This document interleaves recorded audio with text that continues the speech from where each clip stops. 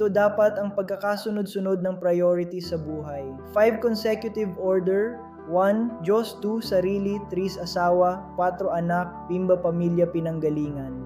Tungkol naman sa pagtulong sa pamilya, motibo ng puso. 1 Samuel 16:7, Matthew 6:1-4. Tinitignan ng Diyos ang motibo ng puso mo kapag tumutulong ka sa pamilya, hindi lang ang act mo.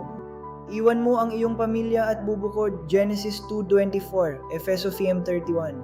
Malinaw na sinasabi ng Panginoon na ang dapat mong mahalin ay yung pamilya na binubuo mo dahil andoon ang Diyos. Iyon ang calling na binigay sa iyo. Kapag ginawa mo ang pagsuway dito, parang sinusuway mo ang mahal na Panginoon. Sana sa videong ito, nagkaroon kayo ng malalim na pag-unawa. Hindi madali ang piliin ng Diyos higit sa lahat, pero ito ang tanging paraan para maranasan ang tunay na kapayapaan at pagpapala.